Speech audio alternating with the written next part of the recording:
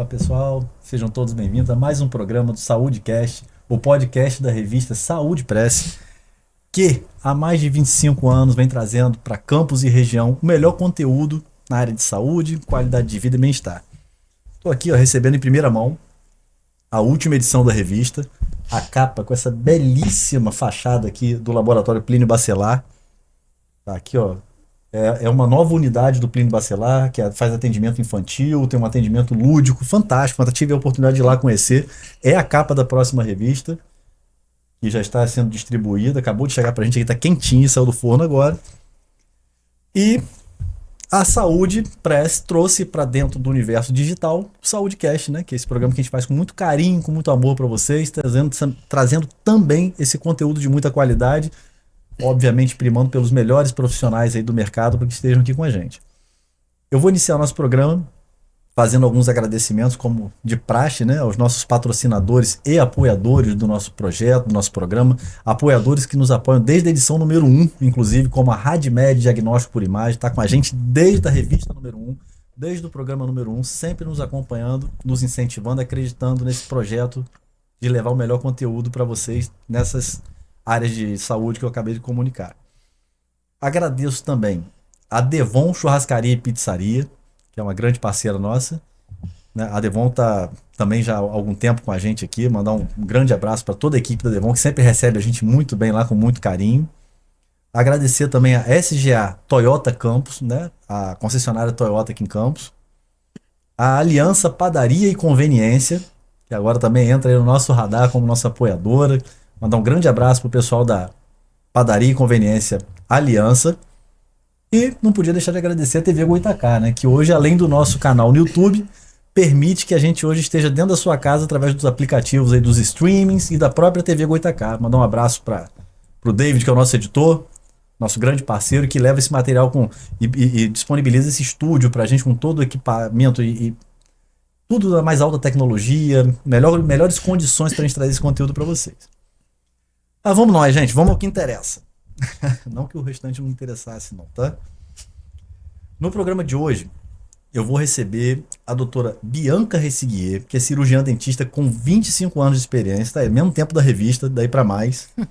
Especialista em radiologia odontológica, estomatologia, é de estômago, né? E odontopediatria, com atuação voltada especialmente para bebês e crianças, além de trabalhar com laser terapia e frenectomia a laser. Nós vamos entender tudo isso, esses termos que a gente ainda não conhece, nós vamos conhecer ao longo do programa. Vou pedir aqui ao David para colocar para a gente aqui nos nossos letters aqui embaixo o perfil da doutora Bianca no Instagram, @Bianca Resiguier, com 2 S, né? _odontologia. E recebo também aqui, junto com a doutora Bianca, a doutora Mariana Oliveira, que é fonoaudióloga formada pelo FRJ, especialista em audiologia clínica e ocupacional e formação em implante coclear. Além de especialização também em fonoaudiologia neonatal, com foco em amamentação e introdução alimentar. Também, David, coloca pra gente aqui o perfil da doutora Mariana, que é @fono_Mariana_Oliveira. Tá bom, pessoal? As duas fazem atendimentos na clínica Ores e a Mariana também faz alguns atendimentos na clínica Otto Campos.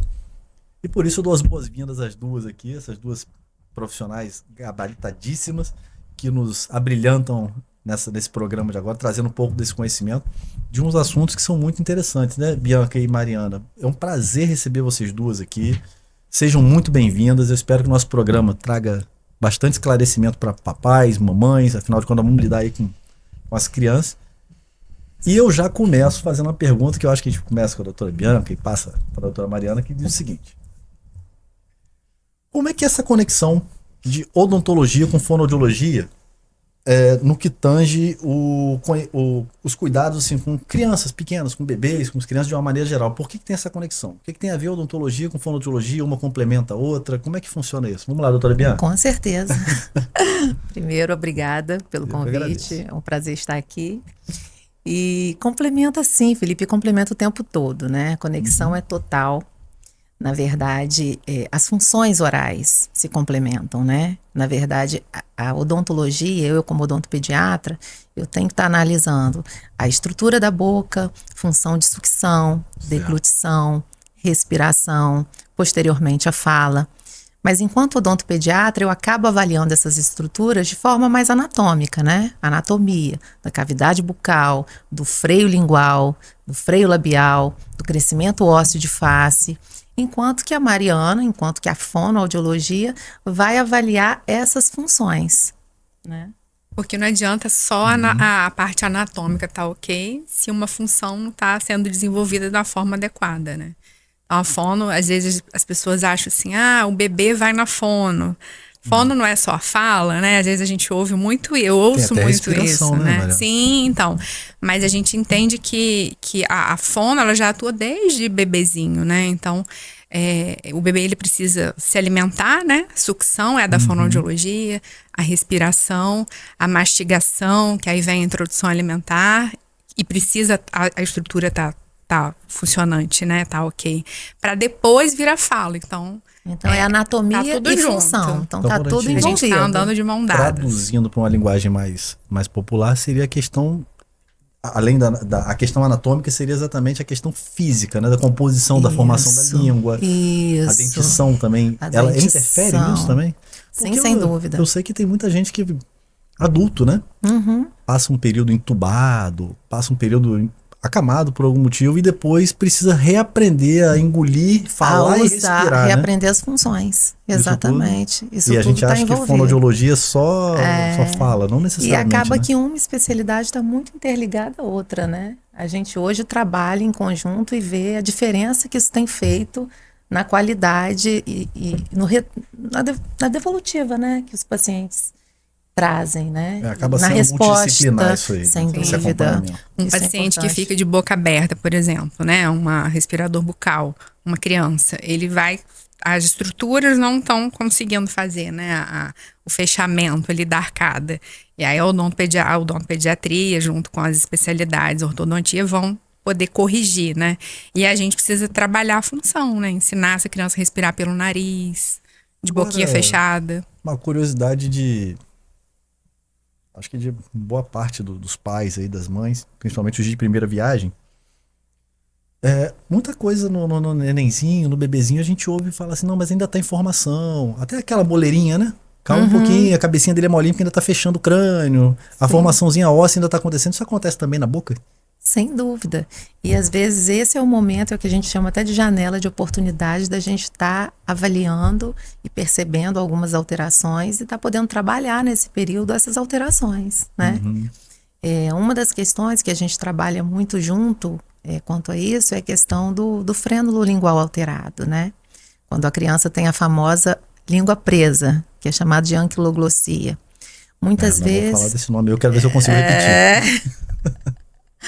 Muitas vezes, quando a gente identifica ainda bebê, a gente consegue corrigir e muitas vezes o trabalho da fono não vai, né, não vai demorar tanto para corrigir, porque automaticamente a gente está dentro aí dessa janela de oportunidade para corrigir e o bebê conseguir entender que a língua está solta e conseguir desenvolver as funções dessa língua já solta ainda em bebê. Então ele vai crescer com uma língua solta, tendo nascido com a língua presa. Né? Diferente de uma criança. Sem cirurgia, não, com a cirurgia. Acaba tendo. Com que a frenectomia. Exatamente. E aí, muitas vezes, corrigindo nessa idade, a gente consegue evitar problemas que lá na frente seriam verdadeiros problemas e demorariam muito mais tempo para corrigir, inclusive com o tratamento fonoaudiológico, né? Com a terapia. Eu até perguntei isso porque eu já ouvi muito assim, não, olha, criança até pode... Eu já vou até entrar na segunda pergunta. Assim, até pode chupar a chupeta até os 3 anos. Depois começa a prejudicar a formação da arcada dentária. Aí que eu entro na segunda pergunta, que pode ser direcionada à doutora Bianca, que é odontopediatra. Que assim, muitos pais ainda não têm ideia, não têm noção sobre a importância desse acompanhamento da saúde bucal já nos primeiros meses. Porque tem gente que diz, meu filho, quando começar a nascer o dentinho que eu vou levar. Exatamente. É isso mesmo? Depois começa o dentinho, depois que a chupeta já desviou o dente todo? Na verdade, hoje em dia a odontologia está muito voltada para prevenção. Antigamente, né, no tempo da minha mãe, da minha avó, até no meu tempo ainda em criança, a odontologia era muito voltada para a parte curativa, né? A gente só ia ao dentista, os meus pais só iam ao dentista quando eles estavam com dor de dente ou com dente cariado, precisando já de uma intervenção Isso maior. É cultural, né? Da nossa de uma extração cultural. Hoje em dia, a odontologia está muito voltada para prevenção. Hoje em dia é muito comum, né, os pais levarem crianças ao dentista, bebês ao dentista, né? E isso tem mudado, e que bom que mudou. Né? Hoje em dia a gente fala e a gente sabe que o ideal é que a mãe, os pais, o cuidador, leve a criança ao dentista antes até da erupção dos primeiros dentes, né? Para receber todas as orientações que precisam ser feitas nessa fase da vida. Né? Porque tem a escova certa para usar com a erupção dos dentinhos, tem a quantidade certa de pasta de dente, né? Tem a indicação da pasta de dente para cada caso, sempre com flúor, desde o primeiro dentinho. Hoje a gente sabe que mudou isso aí também. Então tem muita informação, tem muita orientação que a gente pode estar passando para esse cuidador, né? E que muita gente não sabe. E está orientando cada caso de forma única, né? Sempre, cada caso é um caso. E até avaliando as estruturas da boca como um todo. Até os próprios freios, freio labial, freio lingual, né, para ver se já existe algum tipo de alteração. Orientações pertinentes aos bicos artificiais, chupeta, mamadeira, sucção digital, sucção do dedinho. Então, tem uma série de informações importantíssimas que a gente pode estar passando para esse pai, para essa mãe. Mas acompanha essas informações também a forma de lidar com essas coisas, né? Ah, sem dúvida. Como é que eu vou tirar o dedo do meu filho? Sempre que ele dorme, ele bota o dedo na boca. Aí você tem essas orientações também? Não, sem Ou passa dúvida. pelo aspecto Não, temos. Então, e a nossa linguagem é muito uma linguagem parecida, próxima, né? Porque a gente entende, a gente sabe, né? Que existe a fase oral do desenvolvimento. Então, assim, o bebê, quando tá lá no útero, né, da mãe, ele já tá lá fazendo a sucção do dedinho. A sucção, ela já está presente intraútero. De fato, várias imagens. Então, às vezes, na própria imagem do ultrassom, a gente já percebe bebês que já sugam o dedinho dentro do útero da mãe. E o bebê tem essa necessidade de sugar. Isso é importante que aconteça enquanto ele é bebê. É isso aí. E assim, ele já faz esse trabalho. Quando ele nasce, é reflexo essa sucção, né? E aí é por isso que ele já, quando a mãe coloca no seio, ou enfim, vai fazer uma avaliação, né? Eu vou avaliar o freio do bebê, a gente coloca o dedinho ali para ver como que ele tá fazendo essa sucção, é reflexo. E com o tempo, isso vai deixando de ser reflexo, porém, existe ainda uma fase próxima, não, mas até 18 meses, essa necessidade de sucção ainda acontece. E a gente entende que é importante, porque o bebê ele conhece o mundo através da boca. O que é a primeira coisa que ele faz? Bota a mãozinha, depois ele vai pegar um mordedor, às vezes o pé, vai pegar a frutinha. Então ele precisa conhecer esse caminho para a boca. É importante que ele vivencie isso. E é uma coisa até interessante quando o bebê chega com luvinha, eu já explico isso para a mãe e falo, ó, vamos retirar a luvinha, porque não há necessidade. Deixe que ele explore. Porque a questão do dedo, a criança grande chupando o dedo, a gente sempre sabe que tem alguma coisa ali por trás. Ou é porque ele não vivenciou essa fase no momento certo, ou porque ele usou uma chupeta e alguém retirou essa chupeta sem ele estar preparado, e aí ele substitui um hábito de sucção vicioso por outro. Então a gente tem que entender. Né? Isso, Sim. A gente precisa entender. É uma compensação. E cada aí, Mariana, caso. eu aproveito também que esse assunto já engata aqui também na minha terceira pergunta. Olha que legal, tá fluindo bem essa pauta. Você falou da questão da necessidade da sucção, né? Isso já se mostra ali dentro do útero.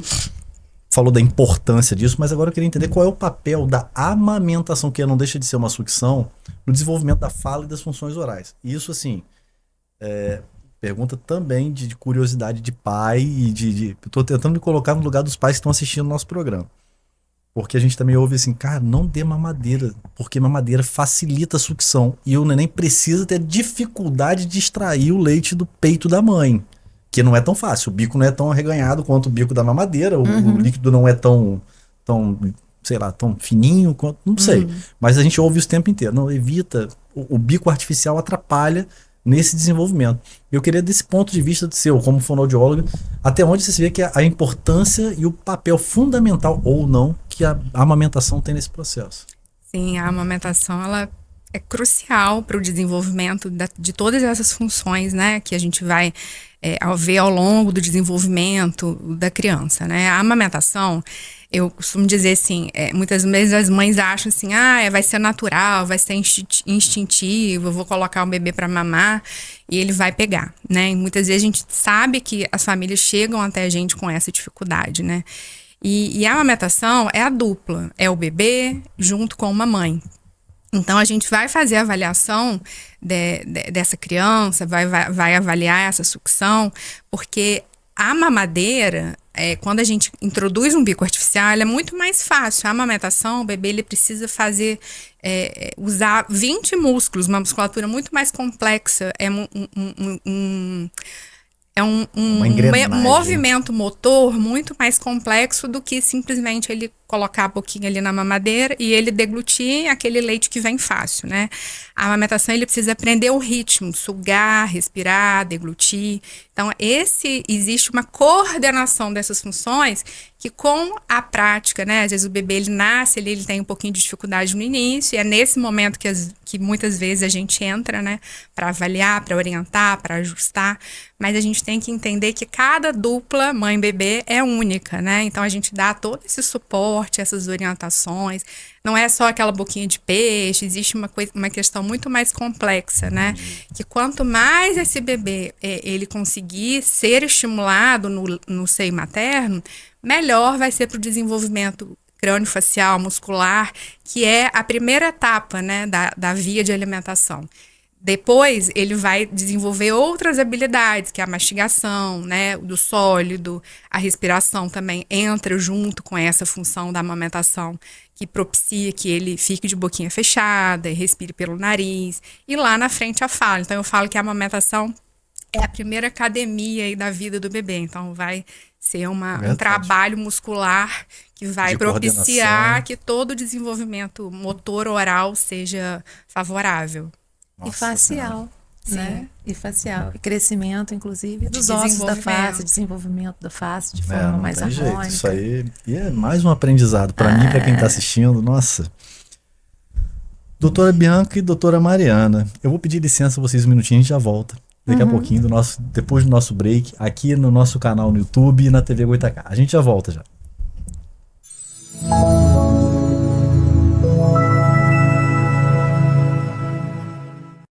A RadMed, mais uma vez, é pioneira e já realiza a ressonância magnética multiparamétrica de próstata, o que há de mais moderno em exames de próstata.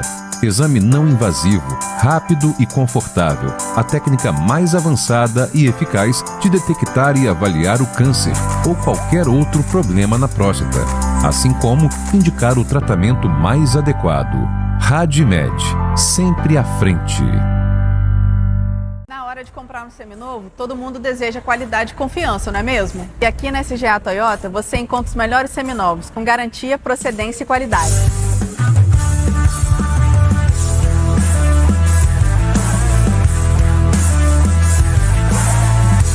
Todos os nossos veículos passam por rigorosas inspeções técnicas, garantindo que você leve para casa um seminovo com a confiabilidade Toyota. Além disso, oferecemos condições especiais de financiamento para garantir a você a melhor negociação.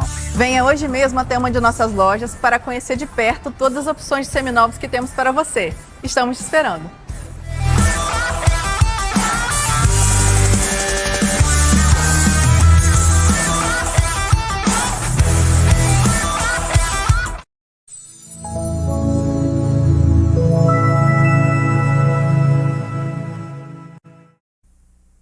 Estamos de volta com o nosso segundo bloco do SaúdeCast. Mais uma vez eu reforço os meus agradecimentos em nome da revista Saúde Press e do programa SaúdeCast aos nossos patrocinadores e apoiadores desse projeto de trazer, assim como a revista Saúde Press, o melhor conteúdo de qualidade de vida, saúde e bem-estar também no formato digital. Então, mais uma vez, reforço o agradecimento à RadMed, Diagnóstico por Imagem, à Devon Churrascaria e Pizzaria, à SGA Toyota Campus, a Aliança Padaria e Conveniência e a essa casa maravilhosa que recebe a gente aqui tanto no estúdio quanto trazendo para você aqui na TV Goitacá. Tá bom? Nós continuamos com o nosso programa no YouTube, mas nós estamos aqui na TV Goitacá através do aplicativo da própria TV Goitacá ou dos parceiros de streaming que daqui a pouco vai aparecer aqui no VT para você. Tá aqui embaixo, ó. Passando aqui embaixo agora. Qualquer um desses aplicativos aí de streaming, você consegue acessar a TV Goitacá e ver esse cidadão aqui falando um monte de bobagem para vocês, mas aprendendo com essas profissionais maravilhosas que eu estou aqui hoje com a doutora Bianca Resiguier e a doutora Mariana Oliveira, que são cirurgiã dentista, com foco em odontopediatria, e fonoaudiólogo. A gente falou de um termo no primeiro bloco que aí eu vou precisar de fonoaudiólogo para aprender a falar esse trava-língua, né? Mas eu vou tentar. Anquiloglossia. Eu vou pedir a doutora Bianca e a doutora Mariana para que expliquem para a gente o que é exatamente a anquiloglossia e de que forma ela pode impactar na vida do bebê, no desenvolvimento de um bebezinho. Doutoras, estejam à vontade. Vamos lá. Anquiloglossia é a famosa língua presa. A língua presa é quando a criança nasce com freio lingual encurtado. E ao contrário de essa pelezinha que é a embaixo pele embaixo da linguinha do bebê. É aquele freio. Todo mundo tem freio, Felipe. Então todos nós nascemos com freio lingual, né? E a grande maioria de nós não precisa de intervenção cirúrgica, né? Mas existem casos em que a criança nasce com esse freio alterado, encurtado, limitando a mobilidade da língua, ou seja, alterando a função da língua. Nesses casos especificamente, hoje existe até o teste da linguinha para isso, né? Depois a doutora Mariana vai poder falar um pouquinho a respeito. Mas nesses casos, quando a gente avalia a necessidade de uma intervenção cirúrgica, quanto antes o bebê realizar o procedimento, melhor. E hoje a gente conta com a tecnologia da intervenção a laser, da cirurgia laser. E lá na Auris a gente tem... Que é a frenectomia. Que é a frenectomia laser. E a gente oferece esse serviço, né? E acaba que a cirurgia laser, ela traz uma tranquilidade muito maior, tanto para o profissional que está operando, quanto para a família e para o próprio bebê. Agora, esse problema, essa alteração, aí eu acho que de repente... A doutora Mariana pode explicar para a gente com outra ótica, né? Ele prejudica as funções da língua no aspecto alimentar, no aspecto de fala. E quais são esses prejuízos que ele causa quando ele está alterado? No aspecto que eu falo assim, a gente está levando em consideração que a criança se desenvolve, né? Para comer, para falar. Que a gente fala que é a famosa língua presa quando o cara fala com a voz alterada. Mas e aí, para comer, tá tudo bem? Não? Ou não? De fato atrapalha? Para respirar, inclusive. O que a gente tem hoje um protocolo de 2014, que é o teste da linguinha, que é um protocolo que é aplicado por fonoaudiólogo, profissional capacitado, além de outros profissionais que também podem ter a formação. Ele é aplicado na maternidade, tá? Logo que o bebê... Tipo o teste do pezinho, tem o da linguinha. Tem da orelhinha. Existem vários testes de triagem. É um teste de triagem.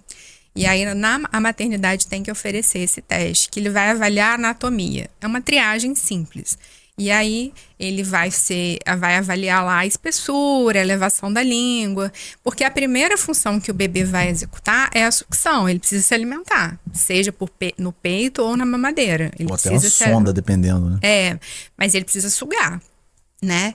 Então, esse bebê já vai ter uma dificuldade logo na sucção, né? Porque a língua, quando o freio está limitando essa mobilidade, ela não vai... conseguir fazer a elevação, a projeção, para ela conseguir fazer a sordenha do leite. Então, a língua fica ali limitada e ele não consegue extrair o leite. Tem uma imagem, tem uma foto. Isso aí é uma antes criança ou depois? maior. Desculpa interromper vocês. Essa foto aí é um antes e depois de uma criança maior.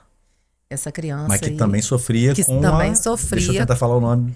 Anquiloglossia. Isso, sofria com anquiloglossia. Aí tem a imagem, tem até um movimento. Meu Deus, como é que limitava mesmo a boca da criança. A diferença é muito grande. Desculpa te cortar, Mariana, porque o David colocou aqui pra gente. A gente tinha passado pra ele essas imagens antes.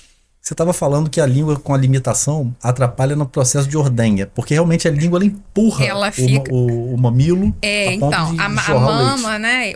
A mama ela é elástica, né? Então a linguinha ela precisa abraçar o bico da mama para poder fazer essa ordenha, um movimento de protrusão, elevação e retração. Então ele faz esse movimento.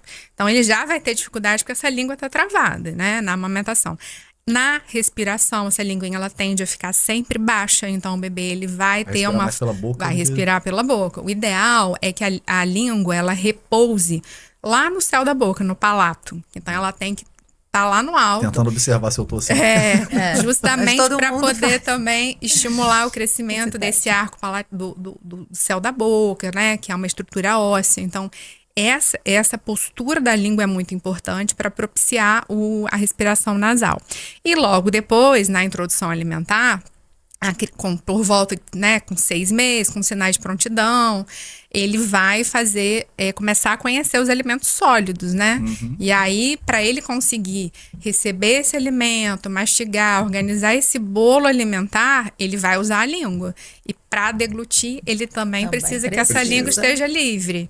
Então, a fala ainda vai vir mais adiante, né? O bebê, Entendi. no início, ele balbucia e depois ele vai conseguir falar os E vai fonemas refinando, que né? vai refinando essa movimentação da Ah lá, língua. nós temos mais algumas imagens aí, né? Nós estamos Sim, colocando. Isso aí seria a prática da sucção? Esse, na verdade, Isso é faz uma avaliação, parte né? da avaliação. Do né? teste de linguinha? Faz parte. A gente, quando avalia, a gente avalia não só o freio, como também a função dessa Eu língua. ia perguntar uma outra coisa. Você falou assim, não só o freio. Esse é o único problema hoje que a criança pode ter, ou teria outro? Por exemplo, formação de céu da boca, formação da arcada dentária. Sem dúvida. A gente precisa dessa língua alta no céu da boca o tempo todo para favorecer o correto crescimento de terço médio de face. Do palato, que é o céu da boca, dos ossos do terço médio. É isso que acontece quando alguém tem um problema, fica com queixo grande ou queixo pequeno. Na verdade, vem um combo, né? O terceiro terço, é isso que você falou? Terço médio. Terço A médio. maxila. A A maxila, maxila, essa região aqui, ó. A gente precisa chama dessa de- língua alta para favorecer o crescimento dessa região, né? Senão pode causar atresia de palato, que é a atresia do céu da boca, respiração bucal.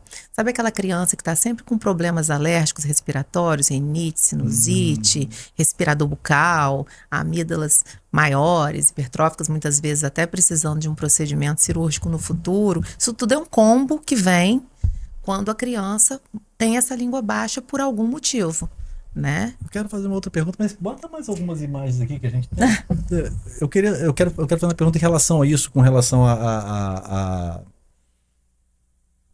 as limitações da língua, mas você colocou uma no retorno aqui para eu ver aqui. É isso,essazinha aí. Esse aí já é um pós-cirúrgico. Já é um pós-cirúrgico, dá para ver o cortezinho ali, né? Imediatamente linguinha alta. após a frenectomia Já tá com a lingual, linguinha a alta. laser, e já com a linguinha alta em repouso. Olha como ela tem que ficar em repouso, no céu da boca. Então foi imediatamente após. A gente percebe ali embaixo, ó.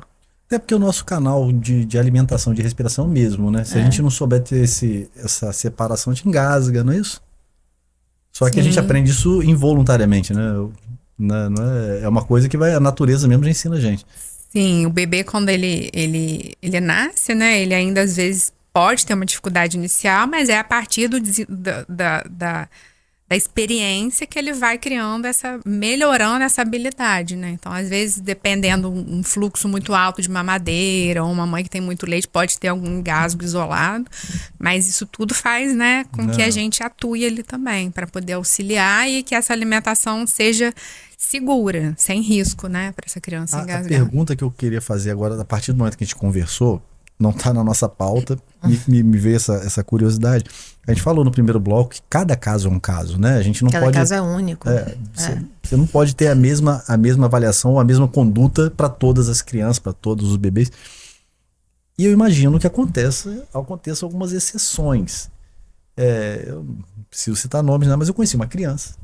Eu tive a oportunidade de conhecer uma criança, convivi até com essa criança um tempo, que ela tinha um apetite voraz, comia muito bem, mamava no seio ainda e mamava bastante, mas tinha problema de fala e não apresentava nenhum problema que parecesse respiratório, pelo menos visualmente para um leigo, né? Eu sou leigo, não sou da área, eu não percebia nada. Isso pode acontecer, o problema da língua ser um problema apenas que atrase a fala, mas consegue comer, ele se adapta. Sem dúvida. Sem dúvida. Ele consegue se adaptar para comer bem, mamar bem, mas só a falazinha ser atrapalhada? Pode, em alguns casos, nem sempre a anquiloglossia diagnosticada vai atrapalhar a amamentação. Às vezes a gente recebe indicações de bebês que precisam do procedimento, porque foi feito o teste da linguinha, a triagem, neonatal e viu que o freio estava muito encurtado, que essa criança não tinha mobilidade de língua, mas estava mamando muito bem, né, Mariana? E por quê? Né? Aí vem a pergunta, por que que o bebê tem anquiloglossia e se adaptou tão bem?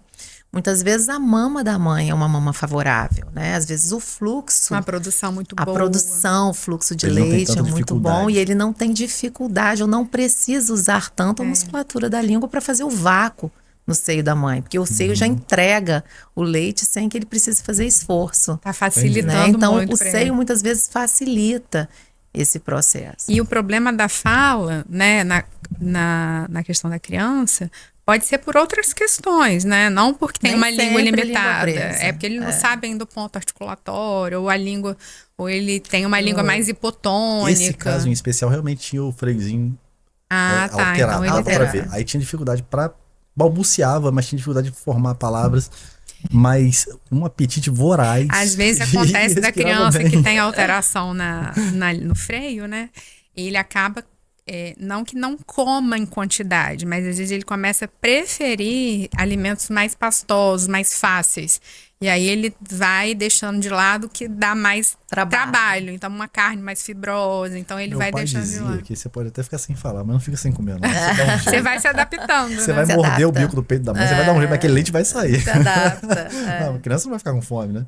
E nós, seres humanos, e como todos os animais, temos esse poder de adaptação, né? Sim, sem dúvida. A gente se adapta à nossa realidade. Você vê as pessoas assim, quando você vê uma pessoa faltando um membro ou alguma coisa, a pessoa não deixa de fazer as coisas porque não tem um membro.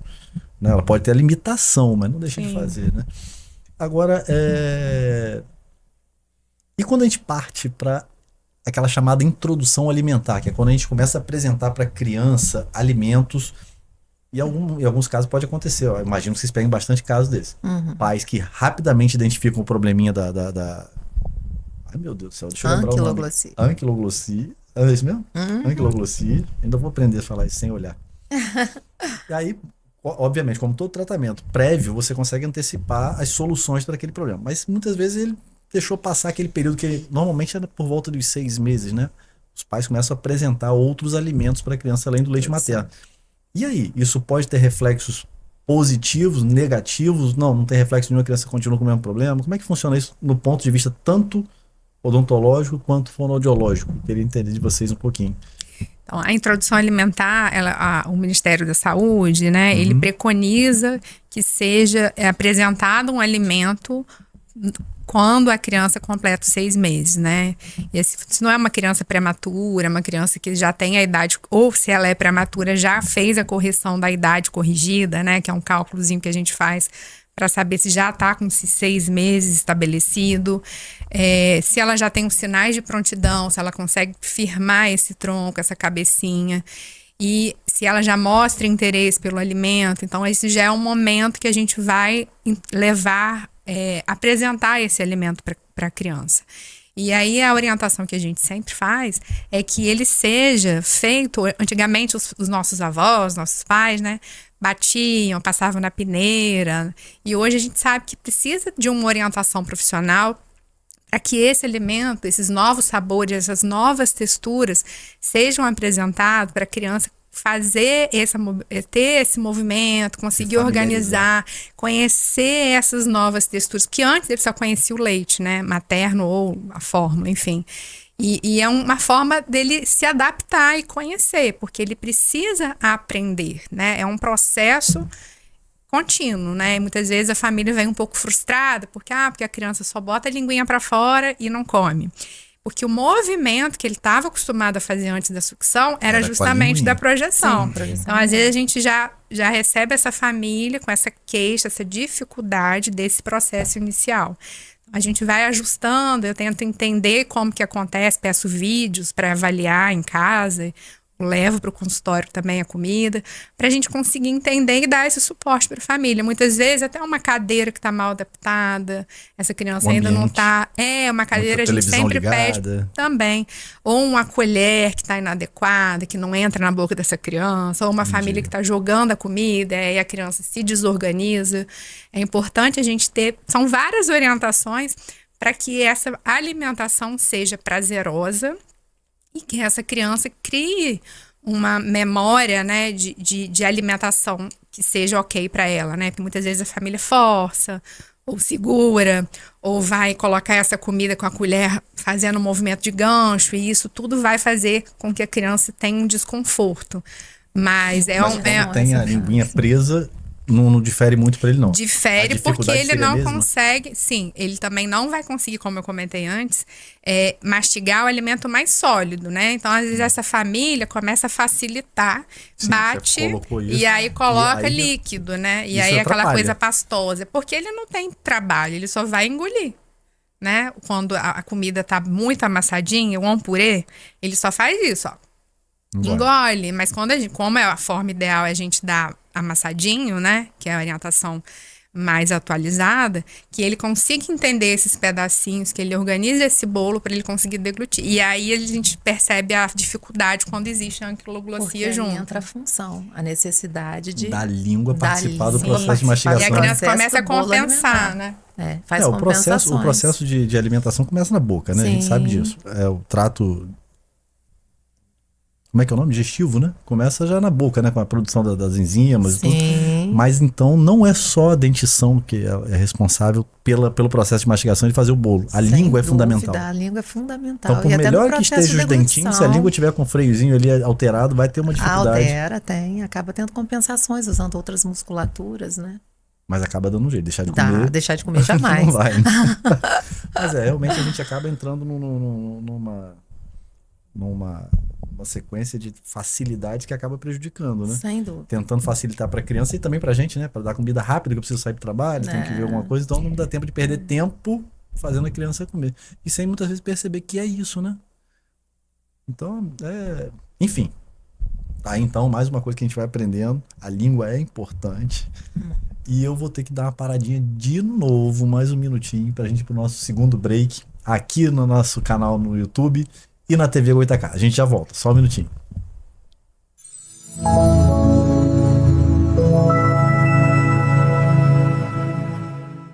A RadMed tem um compromisso com a vida. Por isso, está sempre entre as mais modernas clínicas de diagnóstico por imagem do país. Com equipamentos de última geração, dotados de alta tecnologia e performance, além de profissionais altamente qualificados. Sempre com ética, empatia e amor pela medicina, a RadMed oferece a médicos e pacientes rapidez, segurança e conforto. Na Devon Churrascaria e Pizzaria, a experiência ficou ainda melhor. O churrasco que você ama agora se encontra com pizzas artesanais de dar água na boca. Massa leve, ingredientes frescos e sabores que surpreendem. É a combinação perfeita para quem busca novidade, qualidade e momentos incríveis. Devon Churrascaria e Pizzaria. Sabores que marcam. Experiências que conquistam. Vem pra Devon. Avenida Nilo Peçanha, 221, Parque Santo Amaro.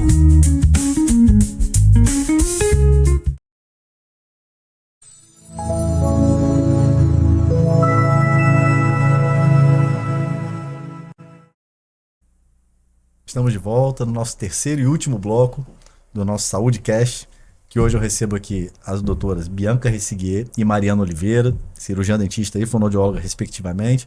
O assunto tá assim... Toda hora eu vou aprendendo coisa nova, mas antes de a gente voltar ao nosso bate-papo, vou fazer mais uma vez o agradecimento. Todo o retorno de break nosso, eu agradeço aos nossos apoiadores e patrocinadores e reforço nossa gratidão à RadMed, Diagnóstico por Imagem, por acreditar no nosso projeto, tá aqui com a gente acompanhando, sabendo da qualidade do nosso conteúdo, assim como a Devon Churrascaria e Pizzaria, a SGA Toyota Campus e a Aliança Padaria e Conveniência. Também eu gosto de enfatizar aqui nossa gratidão aos nossos parceiros da TV Goitacá, que além daqui do nosso programa, no nosso canal no YouTube, nós estamos hoje na TV Goitacá, chegando na sua casa, com todo esse aparato de qualidade aqui, de tecnologia de última ponta nesse estúdio maravilhoso, que é disponibilizado pela TV Goitacá. E está aqui embaixo para vocês aqui o aplicativo da TV Goitacá e os aplicativos de streaming, onde a TV Goitacá está disponível para você. Tá bom? Voltando aqui para o nosso bate-papo, que eu achava que eu conhecia alguma coisa de alimentação de criança e tudo. Eu vou deixar essa pergunta aberta para as duas, eu acho que as duas podem responder, que é o seguinte. A gente falou, eu usei um termo aqui não sei se no segundo bloco ou no primeiro, que seria uma ação, uma atividade multidisciplinar, quando você tem a odontologia caminhando junto da fonoaudiologia no tratamento da questão do freiozinho da língua, a questão da alimentação, da respiração, da formação da boquinha, do terço médio do rosto, crescimento né, da face, né? O termo certo é esse, né? Falando igual mas assim, outras atividades multidisciplinares podem ser complementares ao trabalho de vocês, como por exemplo, nutricionista, enfim. E eu queria saber, vocês falaram isso no primeiro bloco aqui com a gente, mas eu queria se vocês pudessem trazer alguns dados mais concretos no aspecto da diferença que vocês sentiram a partir do momento que começaram a trabalhar em conjunto. Assim, o que eu percebi quando eu comecei a ter a parceria, não necessariamente da doutora Mariana, mas de uma fonoaudióloga, ou quando eu faço acompanhamento em conjunto com uma odontopediatra. Queria que vocês resumissem para mim para que fosse uma coisa mais palpável. Deu uma pancada aqui agora. Sem dúvida. O olhar acaba até mudando, né, Mariana? Uma complementa a outra, né? E o olhar, às vezes o olhar de uma odontopediatra acaba sendo um pouco diferente do olhar da fono.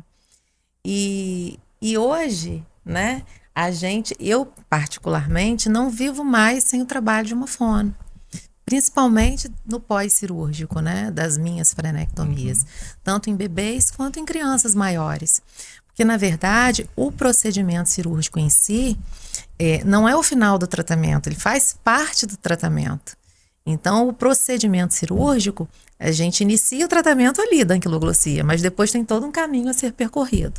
Tanto em bebês, em crianças menores, quanto em crianças maiores, né? Aí acho que você pode complementar. Depois, nesse caso, né, o paciente, né, o bebê ou a criança, ele precisa aprender a usar essa língua nova que ele ganhou, né, depois do procedimento. Tem toda uma fase de adaptação.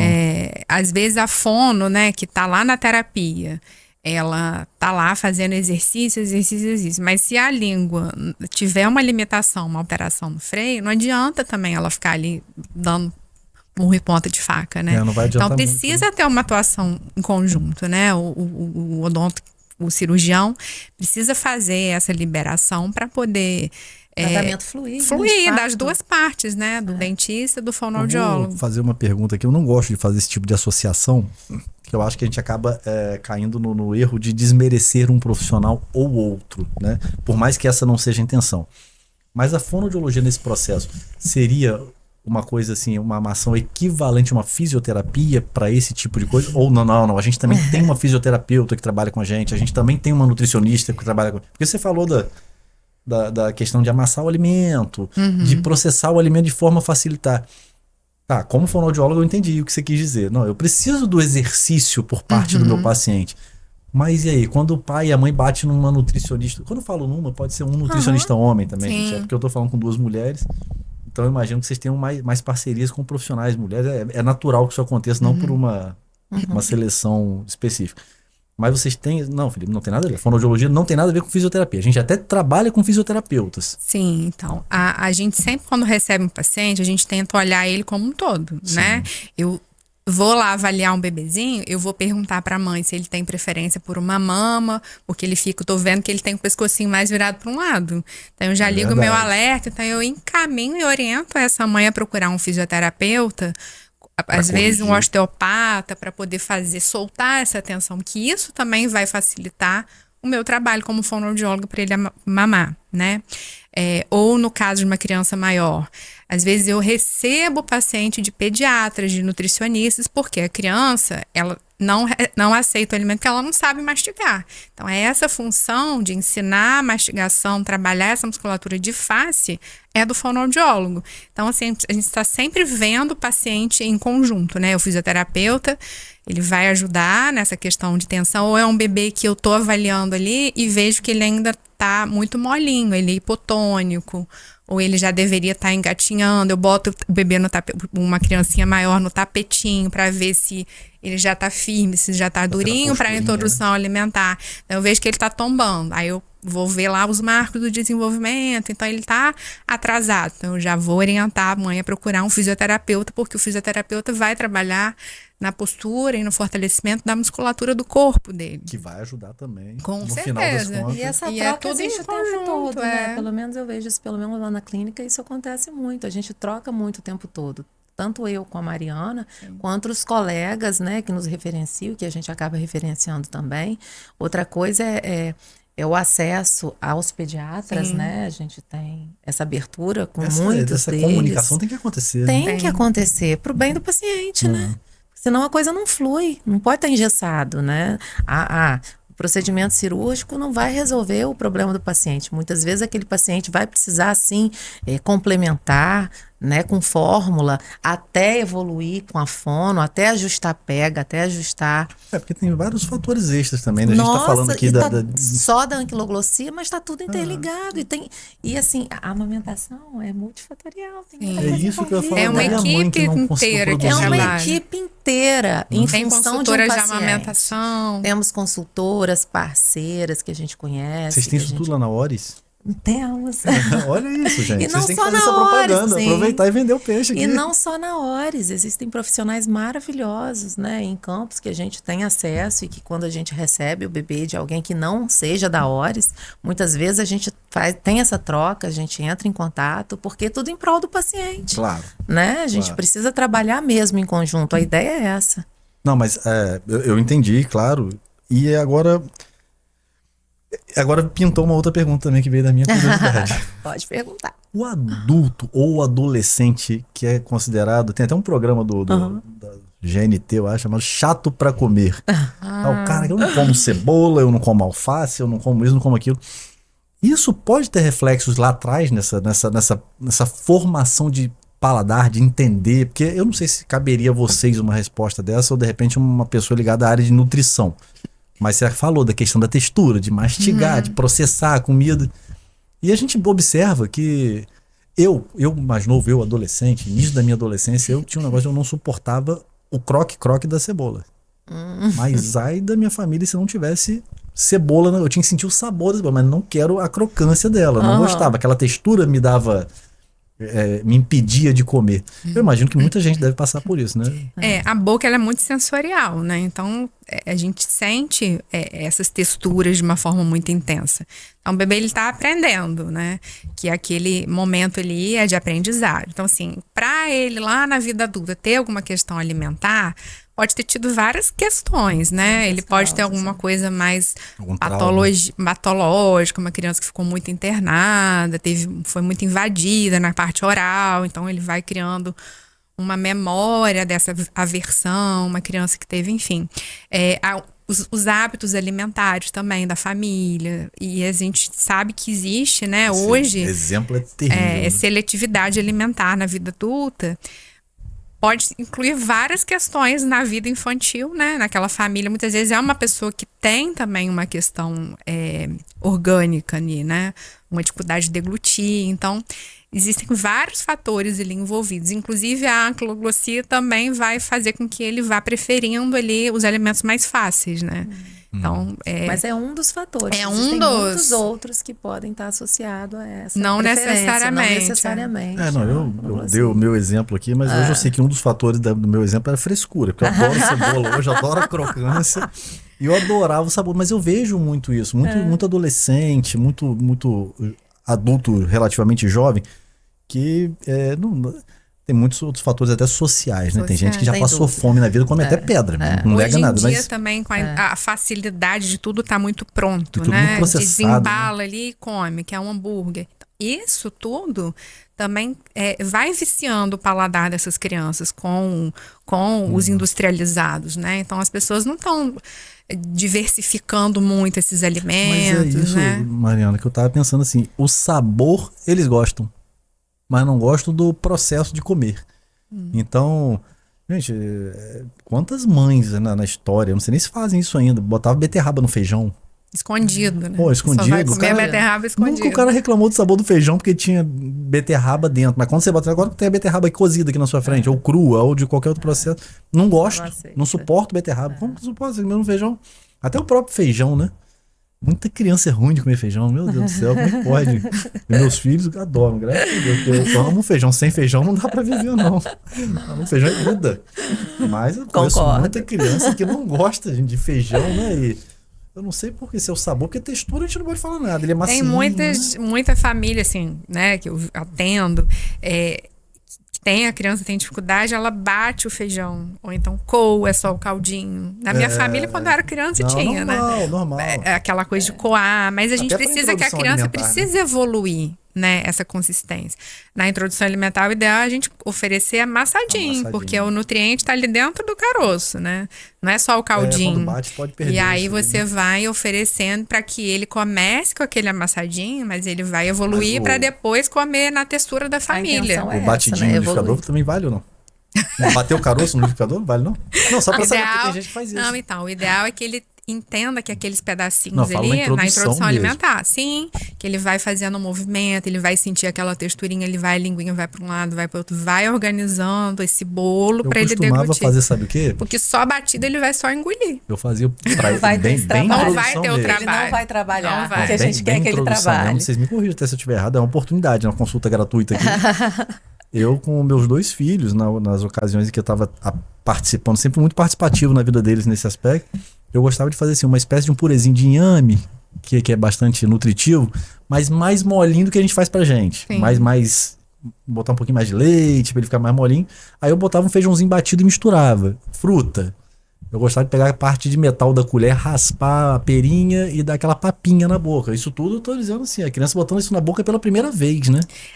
No início a gente não vai dar assim, existem até técnicas, né, diferentes de forma de oferecer. Existe o BLW, que a família dá o pedaço para a criança levar à boca. Um BLW? BLW, que é uma sigla em inglês, que a criança vai pegar o alimento, o pedaço, e ela mesma vai levar à boca. Existem várias formas de orientar, pão, né? Bota no pãozinho na boca e fica chupando. Você pega o brócolis, fica ali. Isso é importante também, a criança sentir essa textura, né? Mas o ideal é que ela, como fonoaudióloga, né, a gente entende que é necessário que a criança aprenda. A função, ela vai aprender durante a execução. Então, assim, ela tá saindo do leite, que é líquido, e vai para um pedaço grande, né? Se você não fizer de uma forma muito atenta, tem uns cortes ideais, o ideal é que a gente consiga ofertar amassadinho, e depois vai amassando cada vez menos até ela chegar no pedaço do corte ali, do tamanho da família, né? Por volta de 1 aninho e pouco, que ela vai entendendo essas texturas na boquinha. Então, no início, começar bem amassadinho, não tem problema. Mas depois ela vai ter que entender que isso aí precisa evoluir. Senão ela vai ficar só naquele amassadinho ali. O raio da vida. E aí não vai aprender a mastigar. Agora, sim, vocês foram o tempo inteiro muito diplomática para falar de alguns errinhos. Assim, não, tem gente que coloca assim, tem gente que coloca assado. Mas essa penúltima pergunta que eu queria fazer para vocês, antes da gente encerrar o nosso programa, eu queria que vocês falassem quais são os erros, agora como profissionais mesmo, não como mãe, né, embora vocês sejam mães, como profissionais, quais são os erros que vocês observam assim, que são os mais comuns e mesmo com a informação chegando, as pessoas continuam cometendo, que atrapalham esse desenvolvimento da criança. A gente observa muito lá no meu consultório, tal atitude continua acontecendo. Até mesmo coisas que a gente ouve desde as nossas avós. Dentro da odontopediatria pode ser? Mas aqui atrapalha, eu queria dentro dos dois espectros, mas assim, falando do que atrasa o desenvolvimento dessa criança, que é um erro cometido pelos pais, que a gente quer acreditar que na maioria dos erros é querendo acertar, né? Ninguém vai querer errar com o filho de propósito. Até tem um ou outro aí, mas... Não, é muito comum os pais chegarem lá no consultório e a gente questionar sobre a introdução, né, da escovinha. Já escova o dentinho, já tem dentinho, tem que escovar o dentinho. Ele não deixa escovar o dente. Isso aí não é uma opção. Se depender da criança, também não quer ir para a escola. Não é uma opção. Escovar os dentes é como tomar banho, é como comer. Tem que escovar os dentes. Tem dente, tem que escovar. Um outro erro muito comum é a questão da pasta fluoretada, porque hoje a gente já sabe que desde o nascimento dos primeiros dentinhos, a criança precisa escovar com pasta contendo flúor, acima de 1.100 ppm, né? É o recomendado. É uma dosagem específica. É uma dosagem específica. O que vai mudar vai ser a quantidade de pasta na escova, dependendo da faixa etária, dependendo da idade da criança. E é muito comum os pais acharem que ou não precisa de pasta ou tem que ser a pasta sem flúor, né? Esses são os dois principais erros que os pais, eu acho, que cometem quando chegam lá no consultório. Eu acho que a grande maioria deles. E você? Não, mas eu queria fazer, antes de passar para Mariana, por exemplo, deve acontecer, não sei, né? Por isso eu tô perguntando. De um pai ou uma mãe, um cuidador de uma maneira geral, o tutor da criança, a pessoa que responde pela criança, chegar no consultório, ser identificada e diagnosticada a questão do freiozinho alterado, e ainda assim pais irresponsáveis e responsáveis, eu não chamei de pais irresponsáveis não, pais e responsáveis se recusarem a fazer o procedimento, falar assim, não tem necessidade, você como profissional tá falando, tem, eu tô vendo que tem, não, mas eu acho que não, isso consequentemente vai ter algum problema lá na frente. Sem dúvida, infelizmente acontece bastante, e infelizmente até com alguns colegas, né, não só de profissão, como alguns colegas pediatras, né, que acham que não tem necessidade que mesmo acham com o que diagnóstico não ali. é necessário intervir naquele momento. Isso é muito comum, né, Mariana? A gente ainda percebe que ainda existe gente que pensa dessa forma. E, na verdade, a gente sabe que quanto antes houver intervenção, melhor em todos os sentidos, porque a gente muitas vezes não está preocupado só com a amamentação, também. Mas muitas vezes o bebê está mamando bem porque a mãe consegue amamentar por ter uma mama favorável, um fluxo favorável, mas a gente está vendo que ali lá na frente a gente vai ter outros problemas em função dessa anquiloglossia. A gente, enquanto profissional da área, né, eu enquanto odontopediatra, eu vejo a quantidade de problemas Que poderiam ser evitados, o como que a gente vai poder evitar ali na frente, corrigindo, que para mim é muito simples essa correção, corrigindo principalmente com a frenectomia laser. Então, assim, a gente ainda encontra profissionais que não indicam, que contraindicam o procedimento. Isso eu imagino, por isso que eu perguntei, já imaginando a resposta, embora a gente não tenha conversado nos bastidores. Infelizmente. Mariana, e no seu caso como fonoaudiólogo, alguns procedimentos que pais e responsáveis, a gente fala rápido, né? Pais irresponsáveis, parece que os pais são irresponsáveis. Pais irresponsáveis. Irresponsáveis ou responsáveis, vamos trabalhar com ou. Se negam ou se recusam a observar, mesmo com um diagnóstico profissional, o que isso pode interferir? A gente falou mais cedo hoje aqui, essa conversa assim nós tivemos nos bastidores, né, de problemas de fala, que muitas vezes os pais entendem, não, é engraçadinho, é bonitinho, e isso uma hora pode dar um reflexo até no aspecto psicológico lá na frente, né? Sim, porque eu atendo mais bebês, né? O meu público é até um ano e pouquinho. E aí, quando chega na parte da fala, normalmente eu encaminho para outra colega que faz essa parte, que a fono tem diversas tem áreas, né? Aí, na minha realidade, quando a mãe vem, né, com uma queixa da amamentação, a dificuldade ali da sucção, o ideal é que esse bebê não tenha acesso à chupeta, né? Porque isso tudo vai impactar tanto na função da sucção, na abertura da boca, na mobilidade dessa língua, na extração desse leite. E a gente entende que o bebê ele vai chorar, é desesperador um bebê chorando, ninguém quer um bebê chorando. Mas eu sempre oriento, né, que esse bebê ele precisa ser acolhido, a gente precisa tentar organizar esse corpinho. Existem técnicas para você lembrar esse bebê o que ele vivenciou lá no útero. Então a gente chama da técnica dos 5 S. Você enrola o bebezinho no charutinho, faz um movimento como se fosse um leve balancinho ninando, bota o ruído branco, tudo isso para tentar fazer com que ele se acalente sem ter a necessidade dessa chupeta. Mas a gente entende que cada família tem a sua escolha, né? Mas a gente, como profissional, não pode deixar isso passar, né? Eu não posso falar assim, não, dê a chupeta porque não vai ter problema nenhum. Vai ter. Ou na amamentação, ou pode também impactar lá na respiração na boquinha aberta, que a chupeta deixa a língua baixa. Vai impactar lá na arcada dentária, na estrutura, né, da óssea do palato e na fala. Então, assim, ela vai, às vezes ela não impacta diretamente numa coisa, mas adiante a gente vai ter um prejuízo. Então, a gente sempre acolhe essa família, acolhe essa criança, entende como as coisas podem acontecer de uma forma mais fluida, mas sempre orientando que é melhor evitar. Tá ótimo. E, infelizmente, o nosso tempo tá acabando, papo maravilhoso. Mas foi ótimo. Não, eu acho que devo ter mais aí umas 30 perguntas para fazer, cada hora vem brotando na minha cabeça mais dúvidas. Eu já roubei um monte aqui da pauta, já cancelei um monte da pauta para fazer perguntas minhas. Eu tive 2 consultas aqui hoje sensacionais, né? Embora meus filhos hoje já estejam um pouquinho maiores, né? Embora eu tenha um pequenininho. Mas é sempre bom a gente saber, né? A gente conhecer, até mesmo para identificar o que a gente pode ter errado lá atrás. Mas eu já quero deixar de antemão um convite para o retorno de vocês aqui. É um prazer recebê-los. Muito obrigada. Tá? Vocês são uma simpatia, são profissionais muito qualificadas, muito centradas, muito educadas. São 2 encantos de pessoas, né, que a gente recebe aqui. E eu queria deixar para vocês um espaço aberto, o microfone liberado para vocês, caso vocês queiram mandar alguma mensagem para os seus pacientes, para os seus colegas, ou uma mensagem de orientação genérica. Fiquem à vontade, o microfone é de vocês e depois a gente encerra o programa.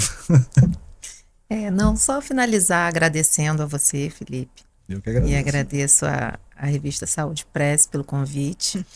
E dizer aos pais e cuidadores que estão ouvindo a gente, assim, que prevenir é o melhor caminho, né? E quanto antes a consulta ao odontopediatra, melhor. E a fono também, né? Sim, porque esse cuidado inicial, né? Esse olhar inicial, a gente está prevenindo muitas questões adiante, dando qualidade de vida para a criança, para o desenvolvimento, para que tudo ocorra de uma forma mais harmônica e seja mais leve, né? Hoje as pessoas se cobram muito aí, tem as redes sociais, o outro tá vendo, cada um vendo a grama do outro, mas a gente tem que entender que cada família tem que viver o seu processo, né? Então, a gente agradece a oportunidade e o convite. Muito que obrigada. Agradecemos, somos nós. Eu agradeço em nome do Edmar também, da revista Saúde Press, que está aqui, a última edição. Já está distribuído, né, Edmar? Está distribuída nos principais pontos de distribuição. É uma revista com distribuição gratuita e dirigida, né, a determinados pontos pela cidade, principalmente em clínicas, consultórios. E eu quero agradecer mais uma vez a presença da doutora Bianca Resiguei e da doutora Mariana Oliveira, reforçar meus agradecimentos à RadMed Diagnóstico por Imagem. Estou falando longe do microfone e eu estou me ouvindo. Vou repetir os agradecimentos.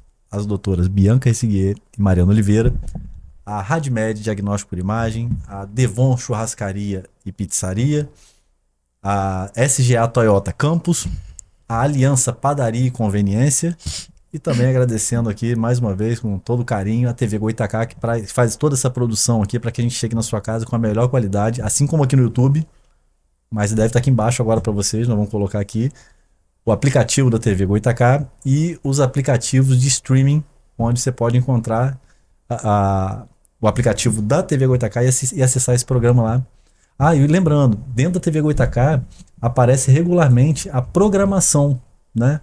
Então nós temos toda semana um programa novo com um horário de estreia e 2 horários de reprise. Se eu não estou enganado, segundas, quartas e sextas, acho que segundas 20 horas, quartas 13 horas... E sexta às 18 horas, tá? Colei aqui agora. Tô colando no ponto. Mas tá aí, a programação toda hora aparecendo aqui para vocês. Doutoras Bianca e Mariana, muito obrigado mais uma vez. Foi um prazer enorme recebê-las. Espero recebê-las rapidamente. Em breve. E em breve. Tá bom? Pessoal, ficamos por aqui. Muito obrigado pela sua companhia e até o próximo Saúde Cast. Valeu!